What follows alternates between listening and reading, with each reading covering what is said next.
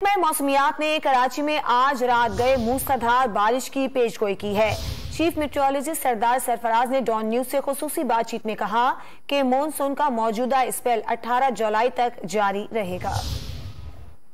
دن میں تو وہی پارٹلی کلاؤڈی اور شام میں دوبارہ سے کلاؤڈی ہو کر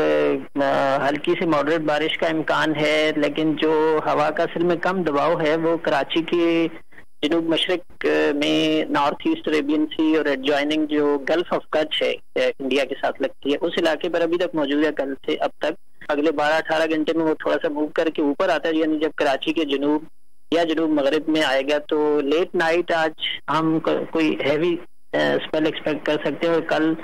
تو زیادہ چانسز ہو جائیں گے ہیوی اسپیل کے کراچی میں۔ 3 دن ہو جائیں گے جی اس کو نکلنے میں، کم از کم آج کا دن بھی اور اگلے 2 دن بھی، تو 18 تک آن اینڈ آف اسی طرح رہے گا سلسلہ کلاؤڈی ویدر اور انٹرمیٹنٹ